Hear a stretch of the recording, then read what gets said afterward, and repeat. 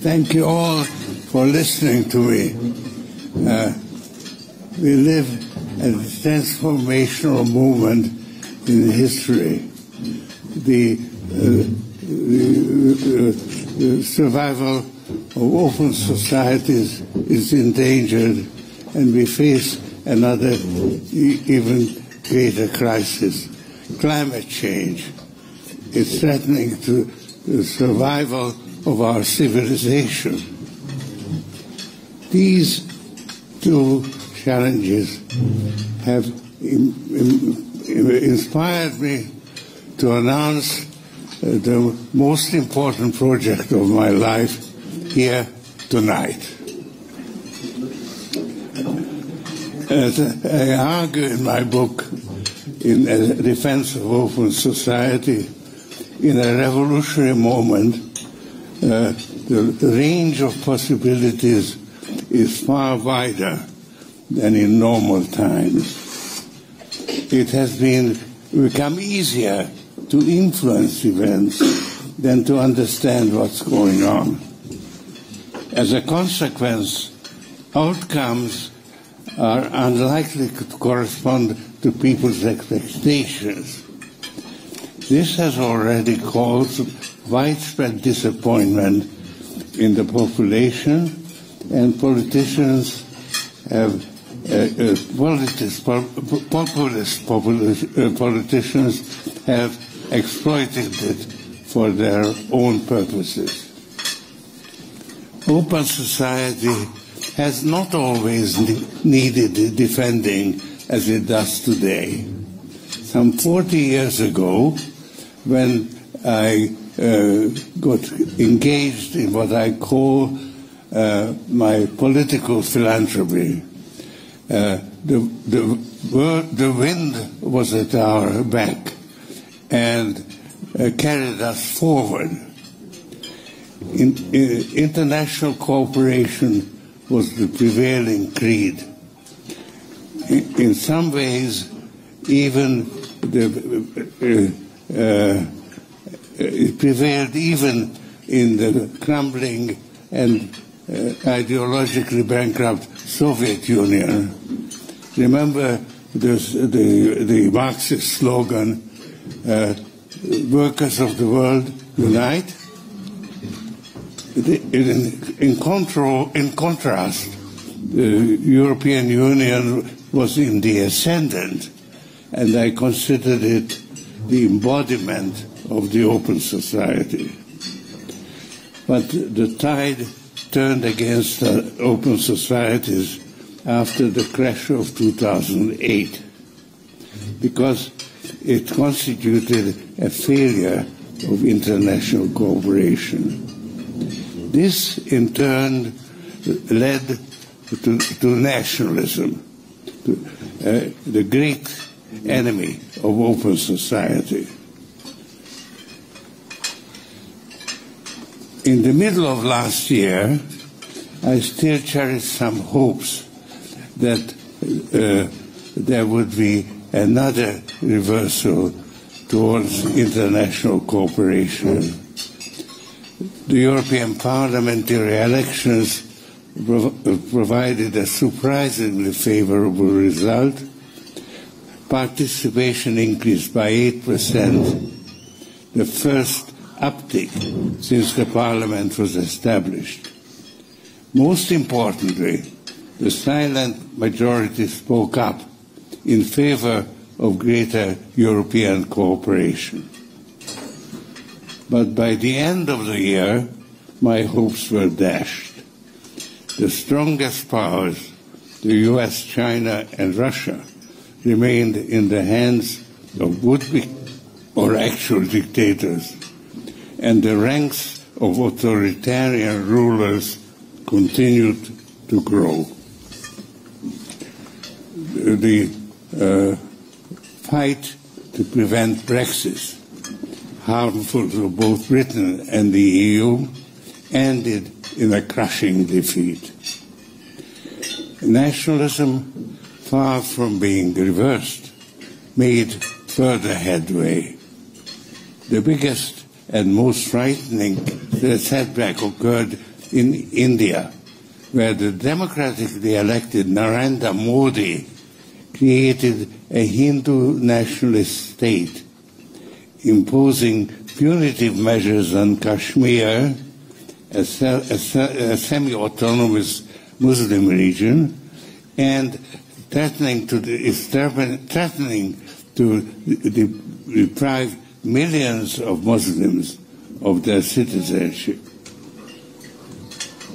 In Latin America, a humanitarian catastrophe continues to unfold. By the beginning of this year, almost 5 million Venezuelans had emigrated, causing tremendous disruption in neighboring countries. At the same time, Bolsonaro has failed to prevent the destruction of the rainforests in Brazil in order to open it up to cattle ranching. In a further blow, the UN Climate Conference in Madrid broke up without reaching any meaningful agreement. To top it all off, Kim Jong-un threatened to the United States with his nuclear capacities in his New Year's speech, and Trump's impetuous actions heightened the risk of a conflagration in the Middle East.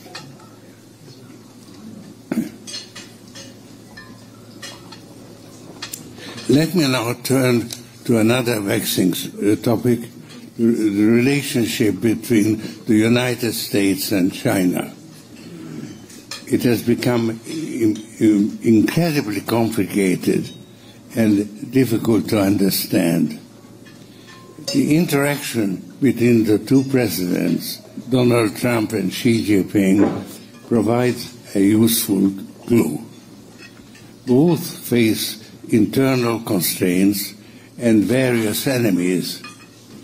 Both try to extend the power of their office to its limit and beyond. While they have found some mutually beneficial reasons to cooperate, their motivations are completely different.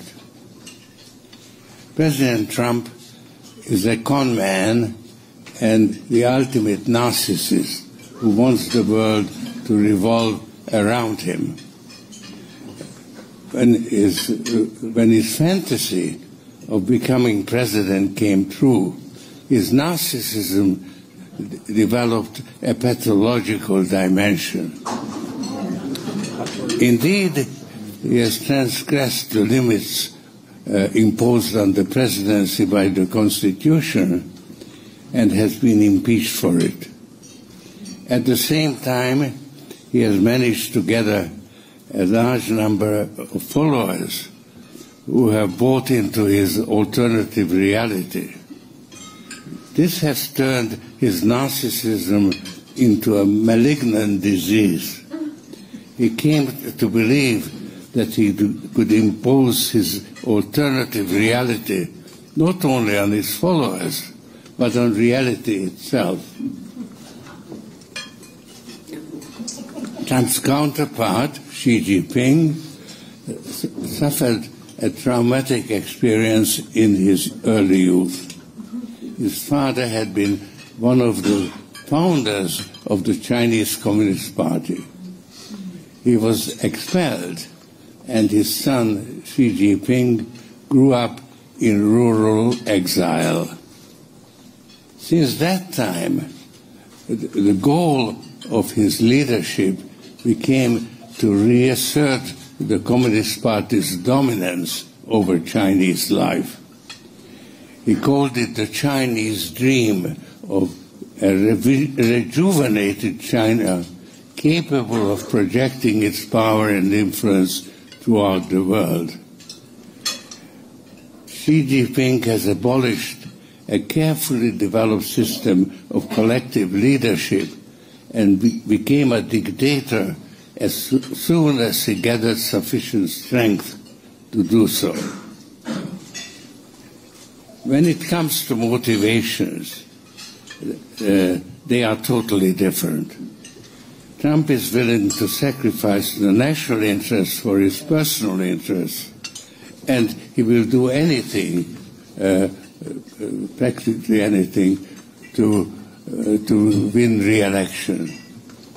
By contrast, Xi Jinping is eager to exploit Trump's weaknesses and use artificial intelligence to secure total control over his people. Xi's success is far from assured. One of China's vulnerabilities is that it still depends on the United States to supply it with the microprocessors it needs to dominate the 5G market and to fully implement the social credit system that is a threat to open societies. Xi Jinping also faces some impersonal forces like demographics working against him. The one-child policy, in effect until 2015, created a shortage of both young workers and childbearing women and a surfeit of old people. These trends are bound to get worse. The decline in the working age population is now relentless. The Belt and Road Initiative has required giving large loans, some of which will never be repaid. China can ill afford this because its budget deficit has increased and its trade surplus has diminished. Since Xi Jinping has concentrated power in his hands, China's economic policy has lost its flexibility and inventiveness. To make matters worse for Xi, the Trump administration has developed a comprehensive and bipartisan policy towards China, which has declared China a strategic rival. This has been the only bipartisan policy that the Trump administration has been able to produce, and there's only one man who can violate it with impunity: President Trump himself. Unfortunately, from an open society point of view, he is capable of doing it, as he has demonstrated by putting Huawei on the bargaining table with Xi Jinping.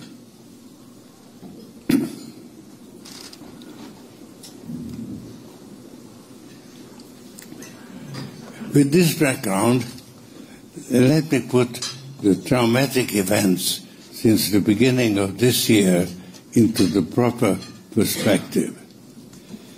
President Trump didn't have a strategic plan when he authorized the launching of a missile that killed the leader of the Iranian Revolutionary Guard, Soleimani, and an Iraqi pro-Iranian military commander. But he has an unfailing instinct that tells him how his followers will respond to his actions. And they are now jubilant. This makes the task of the Democrats who impeached him extremely difficult. The trial in the Senate is shaping up to be strictly pro forma because the Republican majority in the Senate has been cowed by Trump to follow him. Although the Chief Justice Roberts, who is presiding, may surprise us. At the same time, Trump's economic team has managed to overheat an already buoyant economy. The stock market, already celebrating Trump's military success, is breaking out to reach new heights. But an overheated economy can't be kept at the boiling point for too long. If all this had happened close to the election, it would have assured his re-election. His problem is that the elections are still 10 months away, and in a revolutionary situation, that's a lifetime.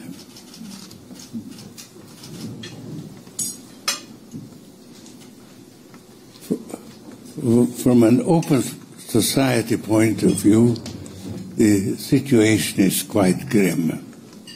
It would be easy to give in to despair, but that would be a mistake. The problem is the public is beginning to be aware of the dangers of climate change. It has certainly become the priority of the European Union, but we can't count on China, the United States, while Trump is in power, because he is a climate denier. There are also grounds to hope for the survival of open societies. They have their weaknesses, but so do repressive regimes. The greatest shortcoming of dictatorships is that when they are successful, they don't know where and how to stop being repressive. They lack the checks and balances that give democracies a degree of stability. As a result, the oppressed revolt. We see this happening today all around the world. The most successful rebellion so far has been in Hong Kong, but it comes at a great cost. It may well destroy the city's economic prosperity. There are so many revolts going on that it would take me too long to examine each case individually. Observing this torrent of rebellions, I can venture a generalization about the ones that are likely to succeed. They are typified by Hong Kong. It has no visibly identifiable leadership, and yet it has the overwhelming support of the population.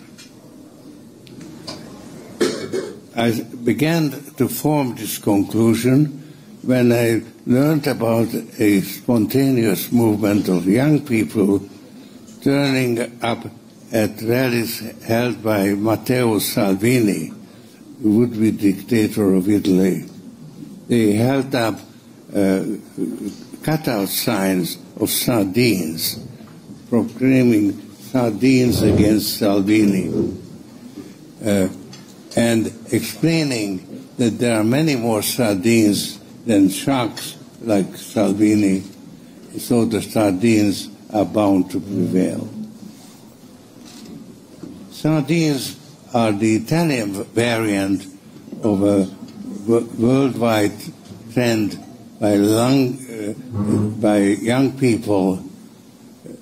That leads me to conclude that today's youth may have found a way to confront nationalist dictatorships. I see another constructive force emerging worldwide. It's the mayors of major cities are organizing around important issues.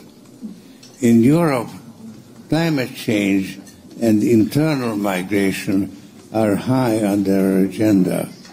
Since this coincides with the main concerns of today's youth, uniting around these issues could create a powerful pro-European, pro-open society movement. But it's an open question whether these aspirations will succeed.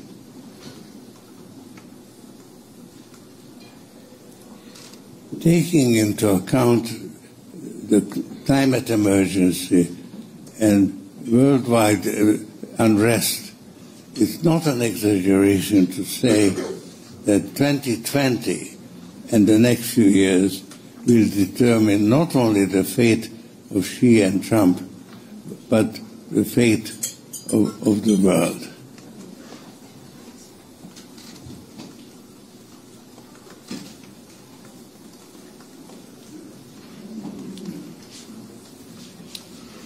If we survive the near term, we still need a long-term strategy.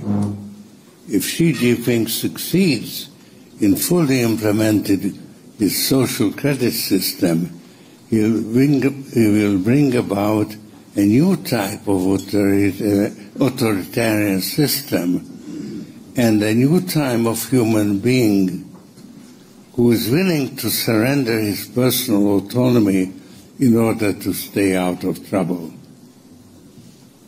Once lost, personal autonomy will be difficult to recover, and an open society would have no place in such a world.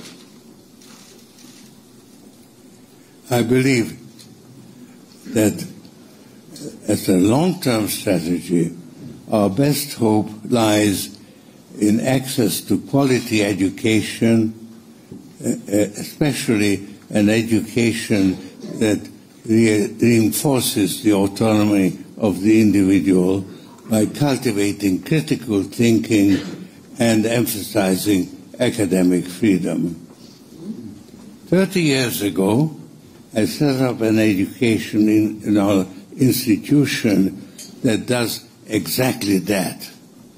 It's called the Central European University, CEU, and its mission is to advance the values of the open society.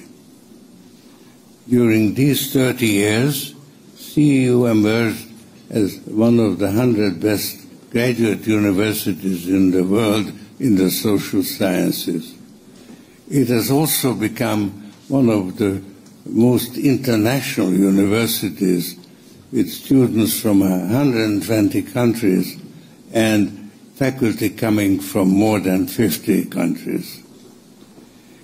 In recent years, CEU gained a global reputation for defending academic freedom against Viktor Orban, Hungary's ruler, who is hell-bent on destroying it. CEU brings together students and faculty representing very different cultures and traditions who listen to each other and debate with each other. CEU has demonstrated that active civic engagement can be combined with academic excellence. Yet, CEU is not strong enough by itself to become the educational institution the world needs. That requires a new kind of educational network. Fortunately, we also have the building blocks for creating such a network. CEU and Bard College in the US are already long-term partners. CEU is a graduate institution and Bard is an innovative, mainly undergraduate liberal arts college. Both have been supported by the Open Society foundations and encourage to offer a helpful hand to other universities and colleges worldwide. BARD and CEU have developed an array of successful relationships in the less developed part of the world. The time has come for OSF to embark on an ambitious plan to build on this foundation a new and innovative educational network that the world really needs. It will be called the Open Society University Network, or OSUN for short. OSUN will be unique. It will offer an international platform for teaching and research. In the first phase, it will connect closer together an existing network. In the second phase, it will open itself up to other universities who want to join and are eager to do and qualified to do so. To demonstrate that the idea is practical, we have already implemented the first phase. We are holding common classes for students from several universities located in different parts of the world, sharing faculty and conducting joint research in which people from many universities collaborate. OSUN will continue in the footsteps of CEU and BARD in seeking to reach places in need of high quality education and in serving neglected populations such as refugees, incarcerated people, the Roma, and other displaced people like the Rohingya. OSUN is ready to start a massive Scholars at Risk program connecting a large number of academically excellent but politically endangered scholars with the global network and each other. CEU is already part of a network of European universities of the social sciences called Civica, which is led by Sciences Po in Paris and includes the London School of Economics. Civica has won a competition sponsored by the European Union requiring members of the consortium to cooperate not only in education but also in civic and international outreach.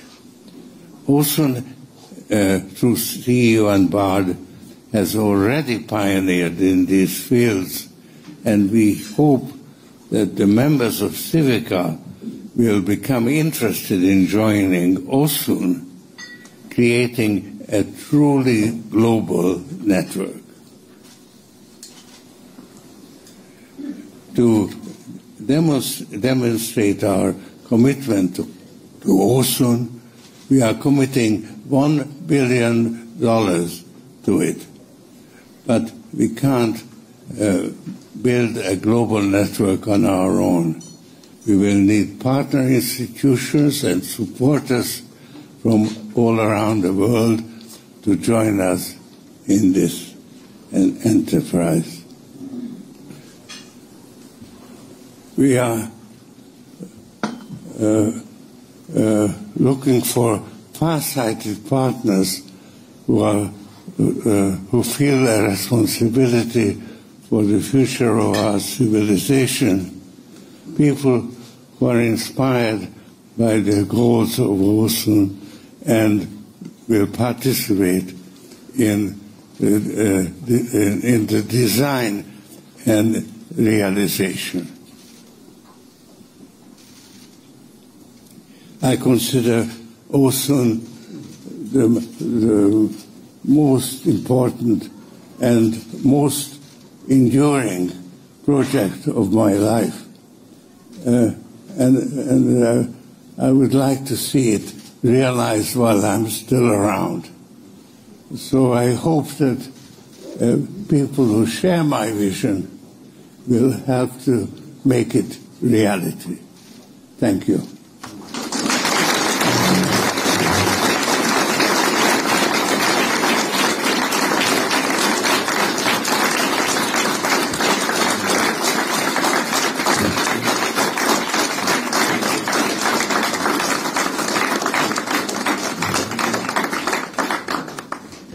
Okay, so I've collected a lot of questions here, but I think first I've heard from Ken Roth, the director of Human Rights Watch, and Ken, last year you made some really compelling comments about the situation in China, and I thought you might want to say a few words now before while I parse through these questions and put them together. Well, thank you, Michael. George, that is a remarkable commitment, and it it reflects your philosophy, which is that liberal education is the best antidote to illiberal rule. Viktor Orban, no less, has endorsed that by expelling Central European University. But rather than capitulate and defeat, you have doubled down. And what I think is remarkable is that you have really upped the ante. And that the legacy here, ironically, is that Orban and his ilk may have thought that they were getting rid of George Soros when they got rid of CEU. But what you're leaving them tonight is generation after generation of George Soroses. And that's the best right post I can think of.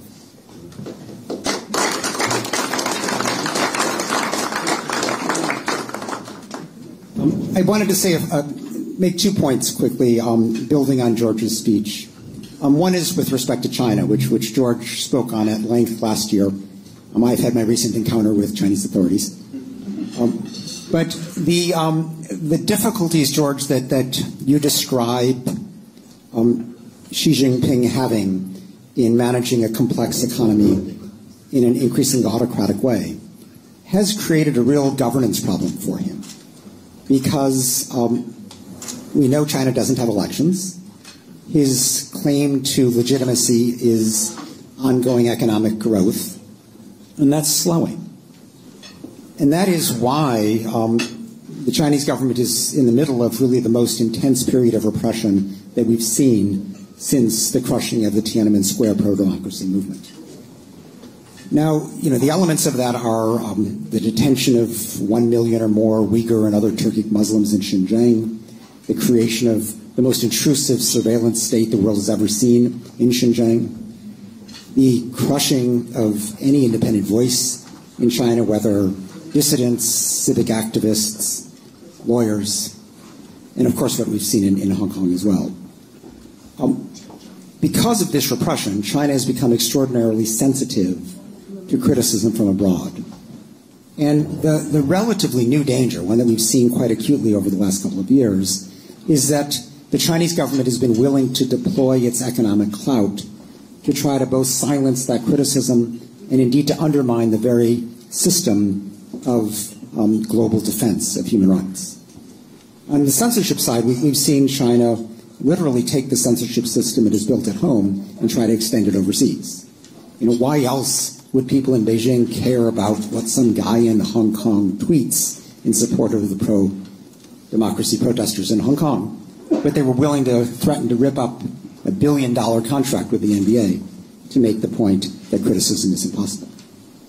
Just yesterday, they imposed a sentence on a University of Minnesota student who had tweeted in support of Hong Kong when he returned to China.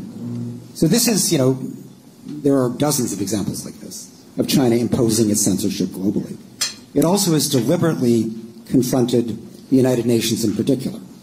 And we see it using its Belt and Road Initiative as an inducement or bribe to force governments to vote with it, combining that with threats of denial of access to the Chinese market, representing 16% of the global economy if governments criticize China. And this has attacked, not always worked, but attacked the UN Human Rights Council in Geneva, the UN Security Council in New York. And behind this is a willingness to essentially leave to their fate the victims of some of the worst atrocities in the world, rather than create a precedent of enforcing human rights that might boomerang and lead to greater pressure on China itself. So we see here really a global threat to the international system for the defense of human rights. And it's one that we can stand up to. It's best stood up to with the safety of numbers. China can't retaliate against the entire world. And we've been encouraging governments, and with some success, they have been now, banding together to move against China's repression. We saw this when 24 governments joined together to publicly criticize China for what's happening in Xinjiang. First they did it at the UN Human Rights Council in Geneva, then they did it at the General Assembly in New York. So, and China's felt the heat. They've responded, and we've seen that this kind of public pressure does undermine their global legitimacy, and they care deeply. But this is a battle. One final point with respect to the public protests that you've noted. There is a tendency to think that the world is bleak. That we look around and we see this rise of autocratic populists in many countries. But I think the interesting news of the last year has been the reaction to that. That so many people in so many countries have shown through really risking often their lives on the streets that they have had it with autocratic rule. And we've seen long-term dictators overthrown in Sudan and in Algeria. We've seen the autocrats lose big time in local elections, whether it's Orban losing municipal elections throughout Hungary, Erdogan doing the same through the big cities in Turkey. Even in Hong Kong, the most recent local elections clearly was lost by the ruling party. And of course, we've seen, even when the elections go the autocrats' way, it's only through the kind of manipulation that Putin had in the Moscow City Council elections. But in country after country, from Russia to Egypt, Lebanon, Iraq, Iran, Hong Kong, I could go on, we see people who have recognized that the claim of the autocrats to serve the people is a fallacy, that they're just serving themselves. And it may not be easy to oust the autocrat, but there is an active struggle underway. And so, George, your lifelong contribution to building open societies, to, in a sense, creating the international system of support for these people who aspire for democracy, open societies, the rule of law, and human rights in their societies, you've got partners the world over, and your contribution has made an enormous difference. So thank you. Thank you. Thanks a lot, Ken. Let me just repeat my email address, m@soros.com, if you want to send in a question. Also, if you're registered for the event, I will have sent you a transcript of George's remarks. If you didn't receive it, send me an email and I'll send it to you. George, we have a lot of questions about Facebook. Last year you talked about Facebook and the platforms a lot. To sort of summarize those questions, do you think the company is doing a better job today? Not at all. I think Facebook played an important role in getting Trump elected in 2016, and I'm really afraid that he will do the same thing in 2020, because there is nothing really to stop him. There is a regulation that exempts social platforms for having any liability for publishing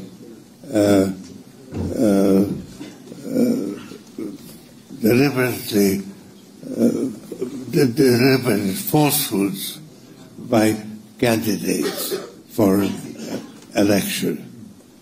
There's nothing to stop them. And I think there is a kind of an informal mutual assistance operation or agreement developing between Trump and Facebook, and Facebook will work to re-elect Trump, and Trump will protect Facebook, so that this situation cannot be changed, and it makes me very concerned about the outcome for 2020.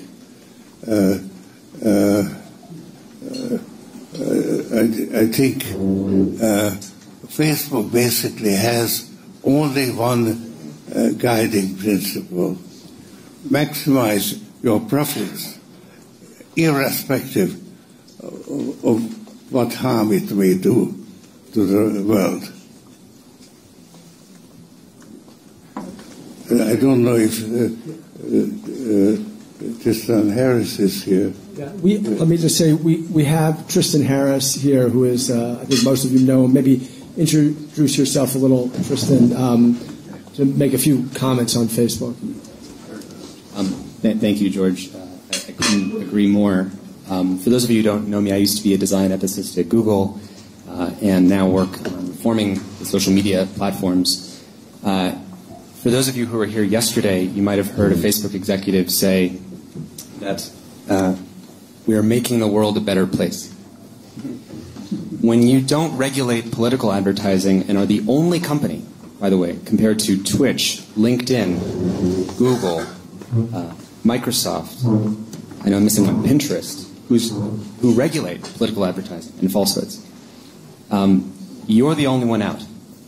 And when they say we're making the world a better place, it's like when we listen to leadership at some of these technology companies, and especially Facebook, sometimes it's like watching a hostage in a hostage video. Things that they're saying don't make any sense. They're saying this kind of gibberish, and then when you look off stage, you see someone holding a gun to their head, which is their business model. And then it all makes sense. And their business model, so long as it's mining human attention and renting access to manipulate the human mind to the highest bidder, causes this sort of breakdown of open societies. And, you know, when they talk about, for example, take polarization and fake news. There's a recent study showing from Northeastern and USC that $1 spent on advertising that's, say, left-leaning costs less to reach a left-leaning audience than it does to reach across the aisle, and vice versa. In other words, it's polarization for profit. So you can subtract all the Russian bots and all the fake news, and $1 doesn't go as far if it's going across the aisle. So if you imagine billions of dollars just flooding into the system, neutrally, it's like Moses parting the seas and polarizing societies into people who can't agree with each other and know each other. Moreover, with micro-targeting, the ability to, whisper in one person's ear and say, this other group, they hate you and they don't trust you, there's these awful things they said about you. And then be able to micro-target the other group and say, those other people, they hate you, they don't like you. And here are these other things they said about you. So they can no longer even compare notes. It's like Iago in the Shakespeare metaphor, where it only takes a little bit of doubt that you can whisper into people's ear for a society to break apart. And this is totally on fair game in their system. And while we've been talking about protecting the digital borders and all these companies, walling up their societies, they've left the digital border wide open. If Russia or China wanted to fly a plane into the United States, they'd be met by the Pentagon. But if they want to fly an information plane into the United States, they're met by a Facebook algorithm and a sales team that welcomes them and says, which zip code or lookalike audience would you like to target? And they have no responsibility for what happens in that scenario. And, I think all you need to know is that these executives don't even let their own children use these products. That should tell you everything they need to know. And again, all of this comes from the business model of mining human attention. With this business model, in the same way that a whale is worth more dead than alive, and a tree is worth more as lumber than as a tree, in the business model of Facebook, a human being is worth more if they're addicted, outraged, lonely, narcissistic, polarized, and disinformed than if they're a human being. So I just want to thank you for your comments.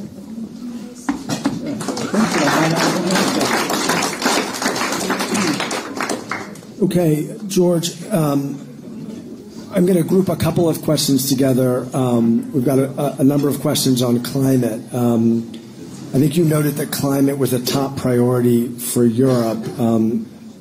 What about the U.S. and China? Well, we have a problem with both, because Trump is a climate denier, and Xi Jinping is different because he really knows the problem.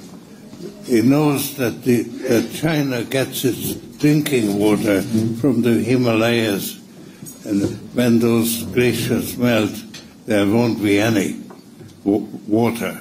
But he is more concerned with keeping himself in power than to give priority to climate change. So I think the world would be in a much better place if Trump and Xi Jinping were not in power.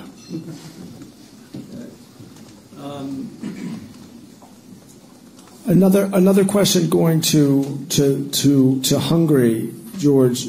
The CEU had to move to Vienna. Are you abandoning your native land? Not at all. We are going to maintain our presence in doing public education until and unless Orban actually physically throws us out. Orban is the perfect example of a dictator who doesn't know when to stop being repressive, because he has actually doubled down and is waging a culture war.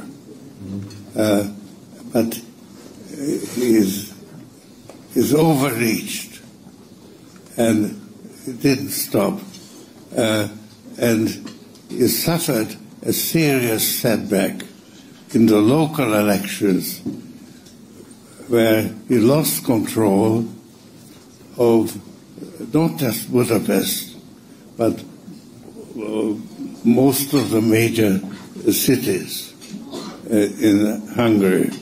And that is, as I said, a perfect example of a dictator who overestimates his power.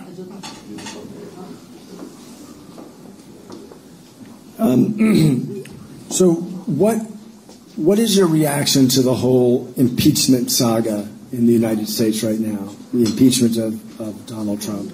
Well, it's now moving into the trial of the senator's trial, which is shaping up to a kind of a show trial, because basically Trump has managed to cow the senators into subservience by threatening to challenge those in primaries who show any sign of resistance. So my only hope that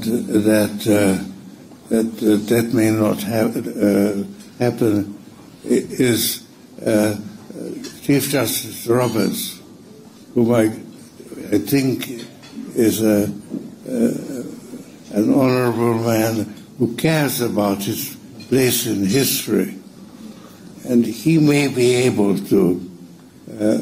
He's presiding over the trial, and he may be able to allow all the new evidence that has surfaced in spite of the Trump team's efforts to suppress it, to be heard, because without it and without witnesses, there can't be a fair trial.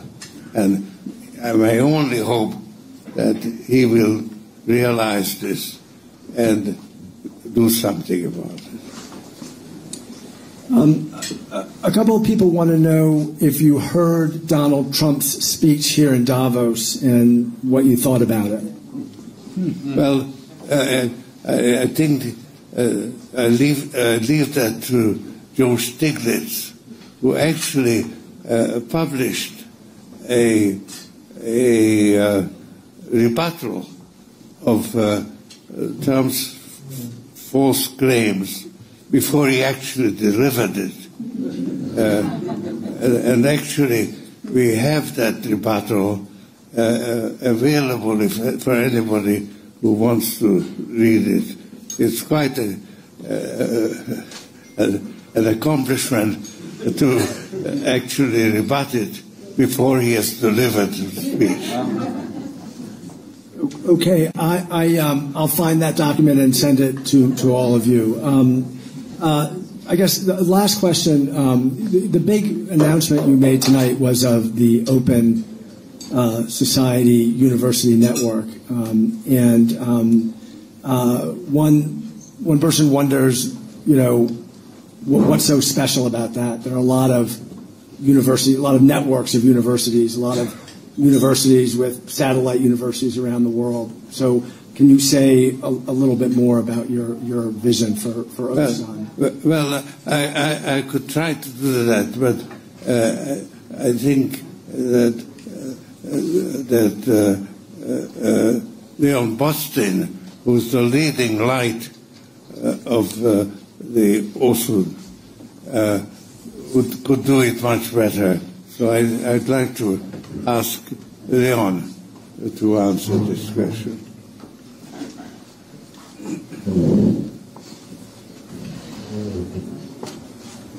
I'm not sure I can live up to that expectation, but I want first, I think on behalf of everybody in the room, that if one was pessimistic before arriving here, the idea that a single individual would invest $1 billion in the higher education opportunities around the world is a remarkable gesture in the future and a sign of hope. And please join me in acknowledging what seems to have gone forward without much notice. So thank you.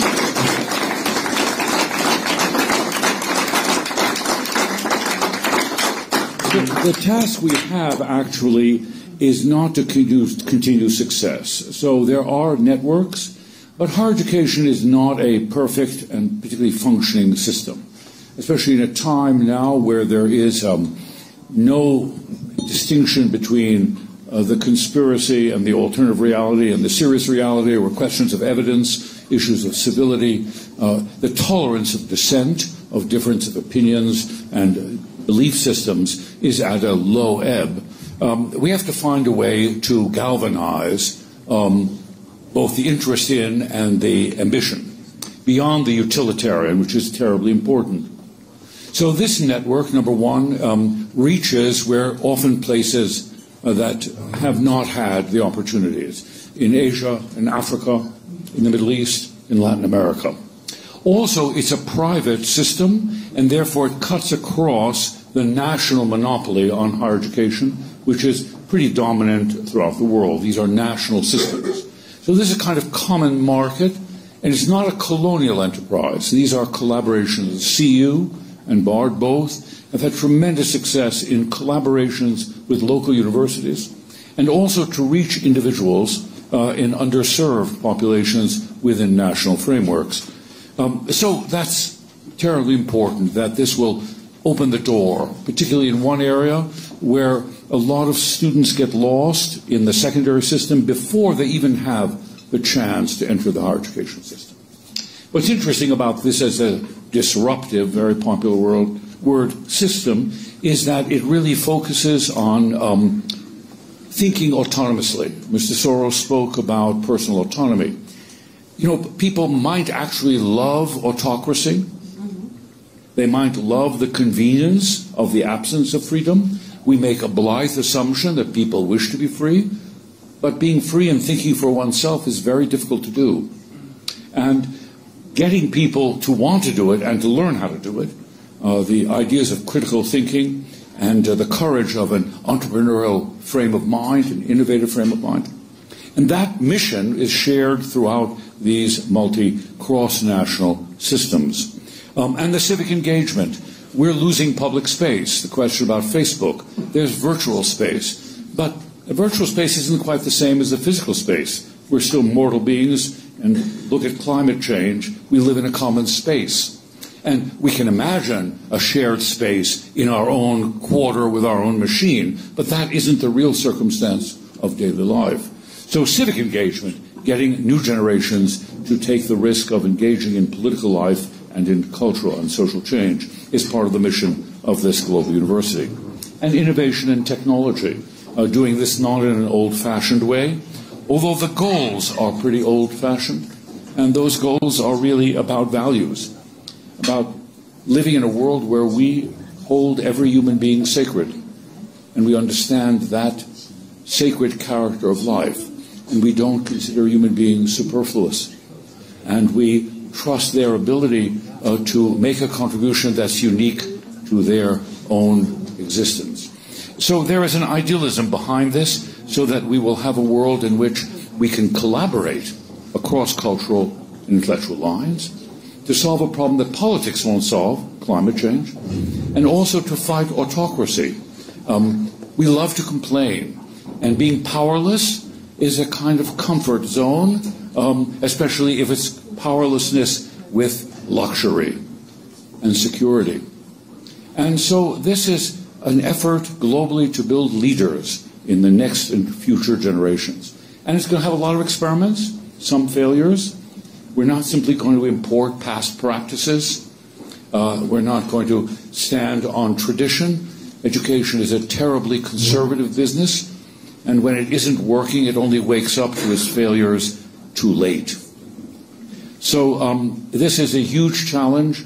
I'm very humbled to be asked to get it going, and we hope we don't disappoint. And on behalf of all teachers and all students around the world, we're grateful for your belief in learning and in education and in thinking. Thank you.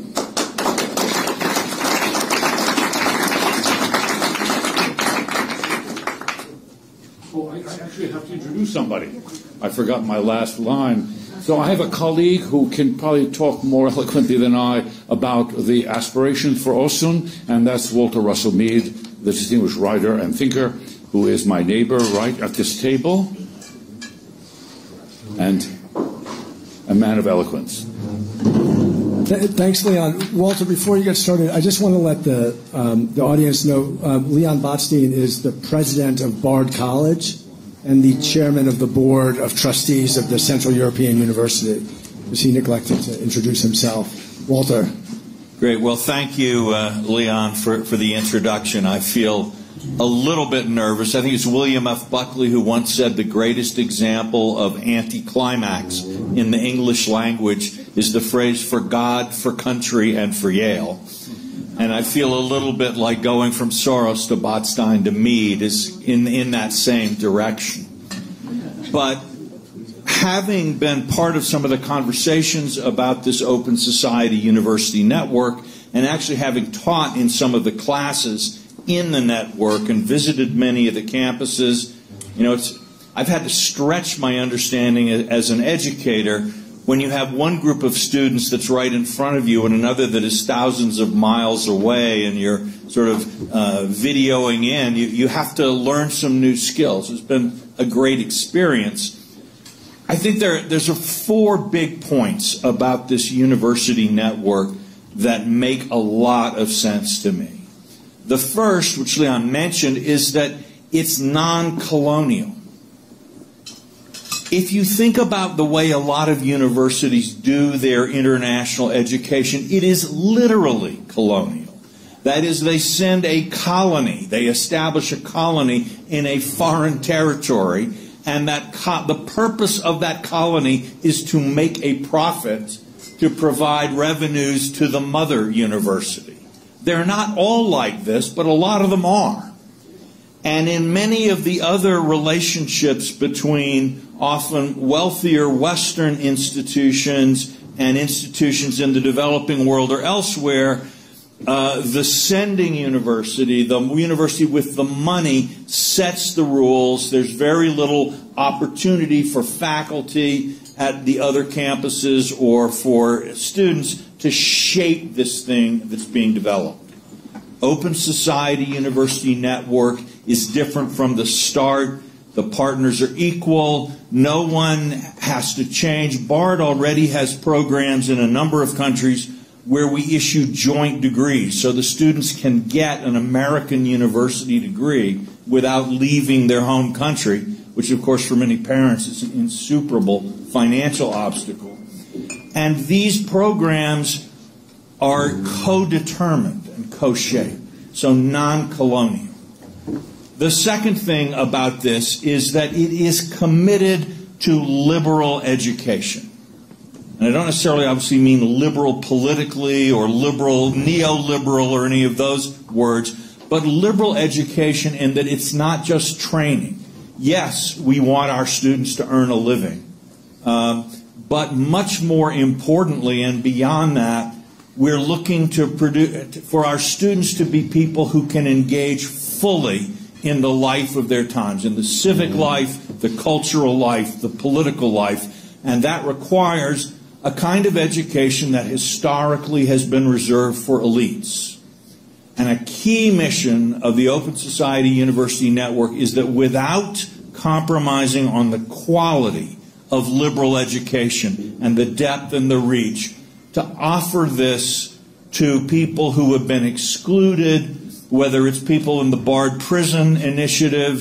Some of you may have heard that a debating team of BARD students in this prison program actually defeated the Harvard University debating team in an open competition. So giving people who have been excluded the opportunity to have the same kind of education that elites get is part of what we want to do. Now that is going to require a lot of innovation because this education is costly. You have to think very hard about delivery to make it possible for people. But a lot of experiments that we have already carried out have done a pretty good job here. And thanks to George's generous gift, we'll be able to do more. A third element of this network that means a lot to me is that free speech is key. Free thought is key to this institution. Our colleagues at CEU have paid a heavy price for their dedication to these core values of the university. I could say core values of civilization. And sometimes free speech is attacked by people on the left. Sometimes it's attacked by people on the right. Sometimes it's attacked in all kinds of ways. I'm happy to say that BARD, CEU, and the Open Society University Network have a commitment to free thought and free debate. We want students who can argue and disagree and demonstrate the falsity of fake news, false claims. And to do that, again, you've got to have a good liberal education. Finally, the sort of fourth point that I wanted to make here was that in this, we have a terrible political problem in the world today, which is that many of the issues that affect us are global. Climate change being one, but there are many other issues that really cannot be solved within the boundaries of one polity, one political system, require cooperation. But too often what we find is that people who specialize in the global aspect of problems lose the ability to understand their own folks at home. You have this division between sort of, people say the people from nowhere and the people from somewhere. What I hope this university network is going to be able to do is produce students who are comfortable and able to work globally in partnerships with people from around the world, but are also going to be competent, able to intervene and speak naturally and clearly into their own societies and their own cultures. So this is going to be innovative. It's going to be difficult. It's a tremendous honor for me to be associated with Leon in this project. We are more grateful than I can say to George for his intellectual leadership and his financial generosity here. Thank you all very much. Thanks, everybody. Thanks, Walter, Leon, Tristan, Ken, for your remarks. Thanks, George. Dessert will be served now, and I think that's it, George. Thank you.